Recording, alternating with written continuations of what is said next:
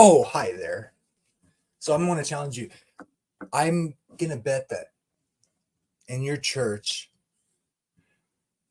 and in your mind, you read the New Testament and you think the curse of the law is a curse. The law itself is a curse. And your theology flows out of this way of thinking. We're not under the law, we're under grace. The law is bad, the grace is good. Do you know that comes from the Bible, from the Old Covenant? Let's look at that. Now it shall come to pass when all these things come upon you, the blessing and the curse which I have set before you, and you call them to mind among all the nations where the Lord God drives you, and you return to the Lord your God and obey his voice. According to all that I command you today, you and your children, with all your heart, with all your soul, that the Lord your God will bring you back from captivity and have compassion on you and gather you again from all the nations where the Lord your God has scattered you. If any of you are driven out of the farthest parts under heaven, from there the Lord your God will gather you, and from there he will bring you. Then the Lord your God will bring you to the land which your fathers possessed, and shall possess it. He will prosper you and multiply you more than your fathers.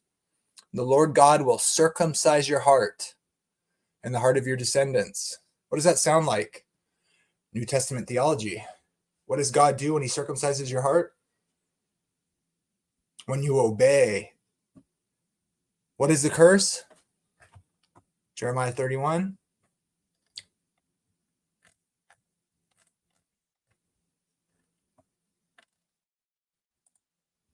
What's fulfilled? Oops. Let's see.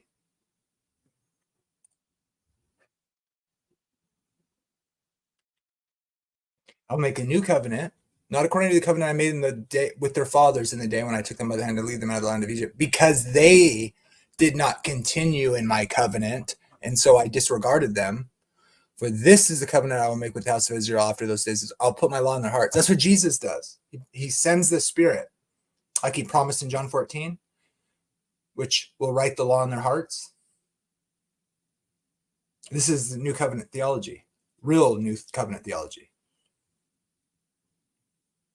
He gathered them back to Israel, and he did the work, made a reconciliation for iniquity.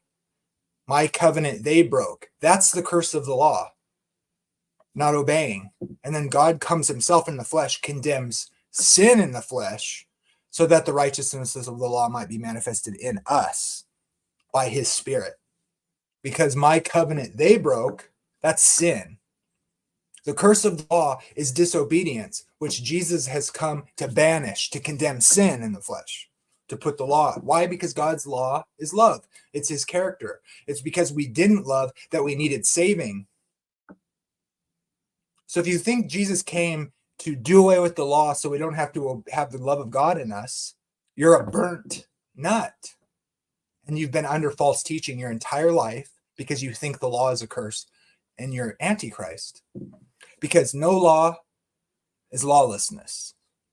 And the love of many shall wax cold because of lawlessness abounding. And they will call good evil and evil good. And this is your wake-up call. This is your wake-up call. This is your wake-up call. You've been taught lies. Wake up.